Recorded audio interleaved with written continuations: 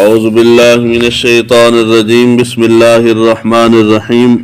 باب ما یقول اذا سمع المنادی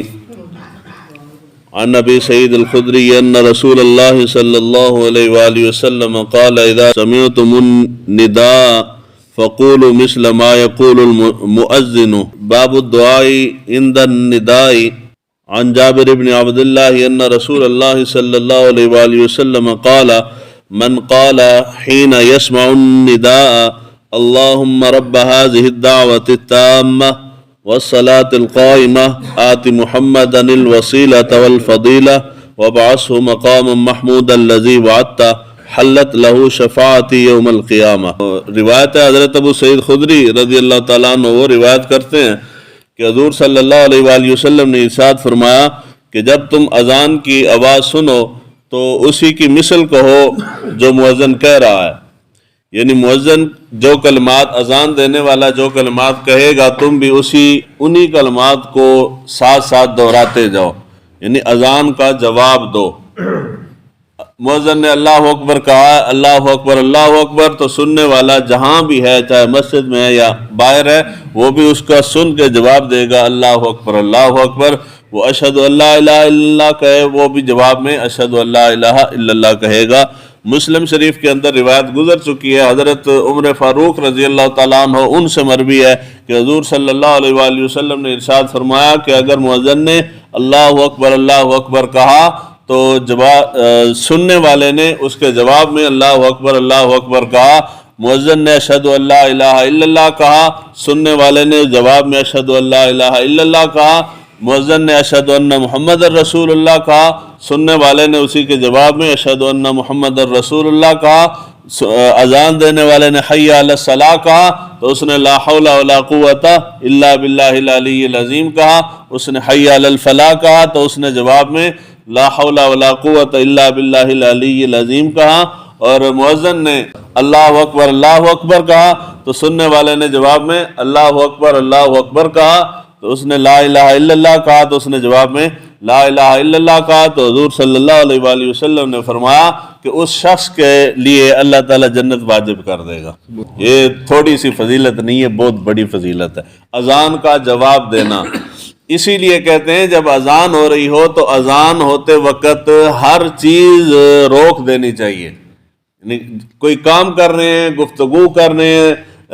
بول رہے ہیں، کسی سے صلاح مشورہ کر رہے ہیں، فون پہ بات کر رہے ہیں، کہیں بھی کوئی بھی کام وغیرہ کر رہے ہیں تو اس کام کو روک دیں۔ پرانے وقتوں میں جب ٹی وی کا زمانہ تھا، اب ٹی وی کا زمانہ نہیں ہے، موبائل کا زمانہ ہے، ٹی وی کا زمانہ ہوتا تھا تو لوگوں کے اندر اتنا احترام تھا کہ اذان آتی تھی تو لوگ ٹی وی بند کر دیتے تھے۔ اس زمانے میں جو بندہ جس کام میں لگا رہتا ہے اذان سننا گوارا نہیں، حتیٰ کہ یہاں مسجد کے اندر بھی اذان ہو رہی ہو تو لوگ اپنی باتوں میں مصروف ہیں۔ تین ائمہ ہیں، ان کو چھوڑ کے امام اعظم ابو حنیفہ رضی اللہ تعالیٰ عنہ اور احناف کا قول یہ ہے کہ اذان ہو رہی ہو تو اس کا جواب دینا سننے والے پہ واجب ہے، یعنی واجب اگر چھوڑ دیں گے تو گناہ ہے۔ سمجھ آ رہی جی؟ یعنی ایسا کام نہیں ہے کہ ٹھیک ہے جی دیا تو ثواب ملے گا، نہیں دیا تو کوئی مسئلہ نہیں، واجب چھوڑیں گے تو گناہ ملے گا۔ یعنی اب مسجد میں بندہ آ بھی جائے، اذان ہو بھی رہی ہو، اس کے باوجود انسان گناہ یہاں سے لے کے جائے تو فائدہ تو کوئی نہ ہوا۔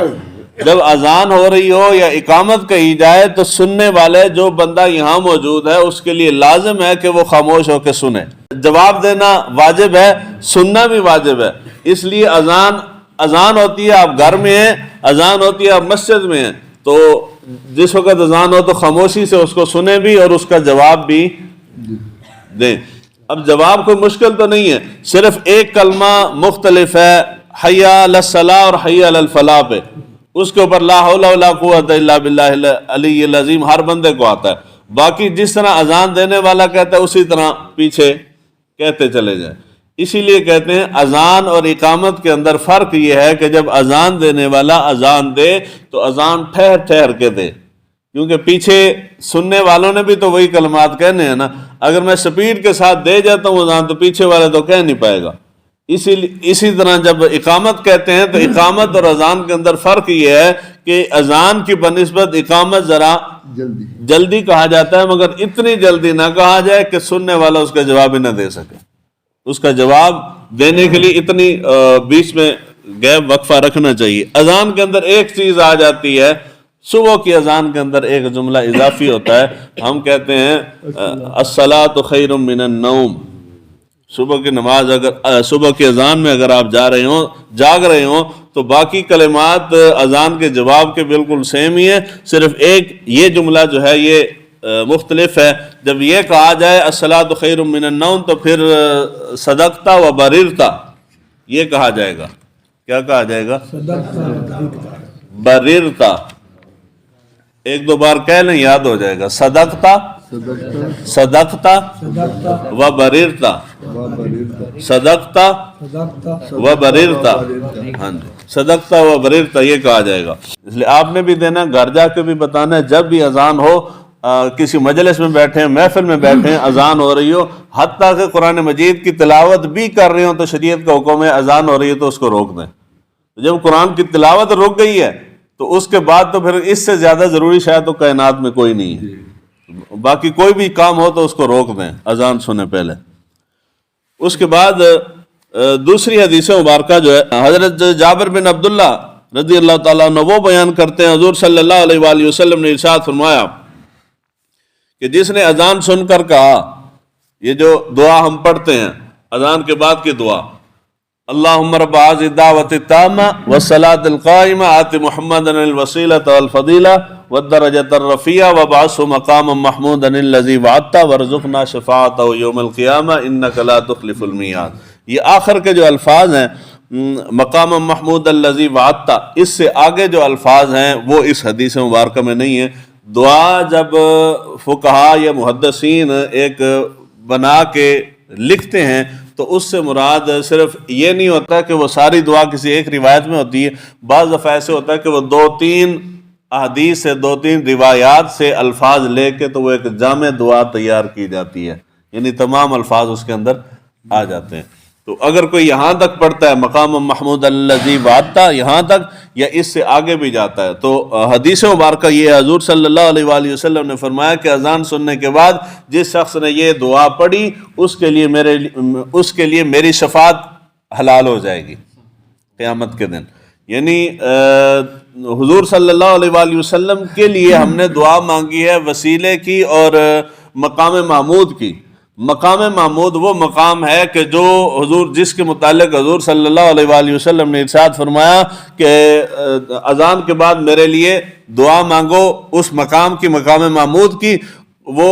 آخرت میں ایک ایسا مقام ہے کہ جو اللہ تعالیٰ کے بندوں میں سے صرف ایک بندے کے لیے اور کوئی بندہ اس کے لائق نہیں ہے، اور مجھے یقین ہے کہ وہ بندہ میں ہی ہوں۔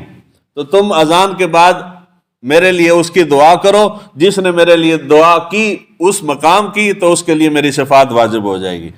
وہ مقام حضرت عبداللہ بن عباس رضی اللہ تعالیٰ عنہ ان کا قول ہے، آپ فرماتے ہیں کہ وہ ایسا مقام ہے کہ جو اللہ تعالیٰ قیامت کے دن میدان محشر میں حضور صلی اللہ علیہ وآلہ وسلم کو عطا کرے گا، اور وہ ایسا مقام ہوگا کہ بنی نوع انسان جتنی کائنات کے لوگ ساری مخلوق وہاں جمع ہوگی تو مخلوق اس کو دیکھ کے حیرت زدہ ہو جائے گی، اس کی تعظیم کرے گی، اس کے اوپر رشک کرے گی۔ رشک کرنے والوں میں عام لوگ بھی شامل ہوں گے اور اس رشک کرنے والوں میں انبیاء بھی شامل ہوں گے،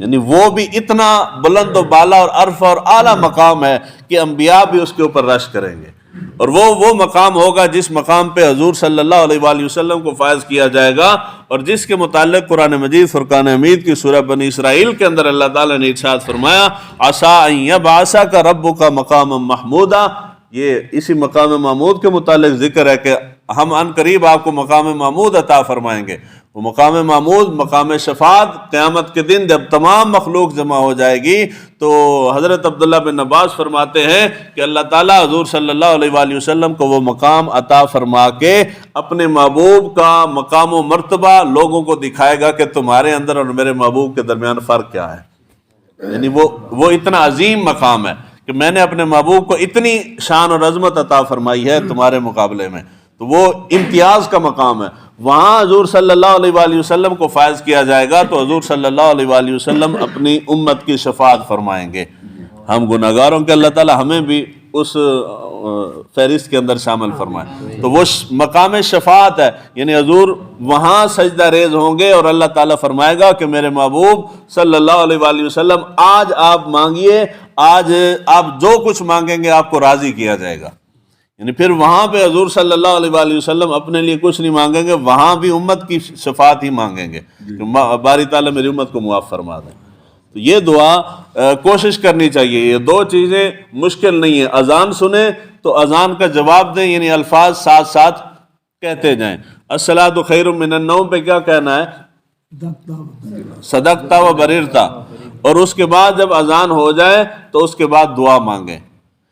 دعا جب ہم نے مانگنی ہے کہ باری تعالیٰ حضور صلی اللہ علیہ وآلہ وسلم کو مقام محمود اور وسیلہ عطا فرما، تو اس سے مراد یہ نہیں ہے کہ جی حضور صلی اللہ علیہ وآلہ وسلم کو معاذ اللہ استغفر اللہ ہماری دعا کی وجہ سے وہ مقام ملے گا، ایسا نہیں ہے۔ اللہ تعالیٰ نے ویسے ہی ہماری دعا سے پہلے ہی اللہ تعالیٰ نے وعدہ فرما دیا کہ محبوب ہم آپ کو عطا فرمائیں گے۔ تو ہم جو دعا مانگیں گے اس سے مراد یہ نہیں کہ حضور ہماری دعا کے محتاج ہیں، یا ہم دعا مانگیں گے تو حضور کو یہ مقام ملے گا، نہیں، ہم دعا مانگ کے اپنا شمار حضور صلی اللہ علیہ وآلہ وسلم سے محبت کرنے والوں میں شمار کروا لیں گے۔ یعنی نیک بندے کو دعا کی، ہماری دعا کی ضرورت نہیں ہے، مگر ہم جب دعا مانگتے ہیں تو اس سے ہماری بگڑی بن جاتی ہے، ہمارا فائدہ ہو جاتا ہے۔ اس لیے ہم جب دعا مانگیں گے اس نیت سے نہ مانگیں کہ جی ہماری دعا سے حضور کو یہ مقام ملے گا، حضور کو مقام پہلے مل چکا، اللہ کا فرمان ہو گیا، لیکن ہم دعا اپنے لیے مانگتے ہیں، اس نیت سے دعا مانگیں۔ اللہ تعالیٰ ہمیں دین کو سیکھنے سمجھنے کی توفیق عطا فرمائے۔